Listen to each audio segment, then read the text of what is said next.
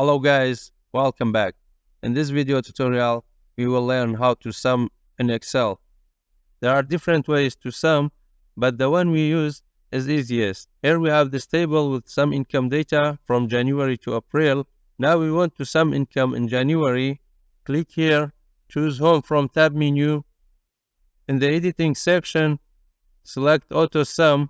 Excel will automatically select the area that we want to sum. Now, if you want to change the range, you can change it,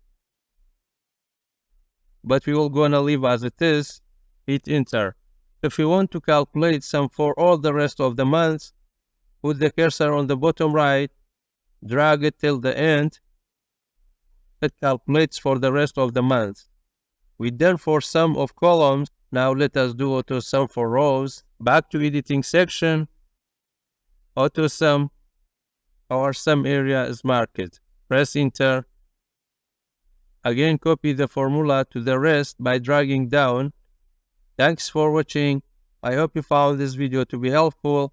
For more daily tips and tricks, subscribe us and don't forget to like the video.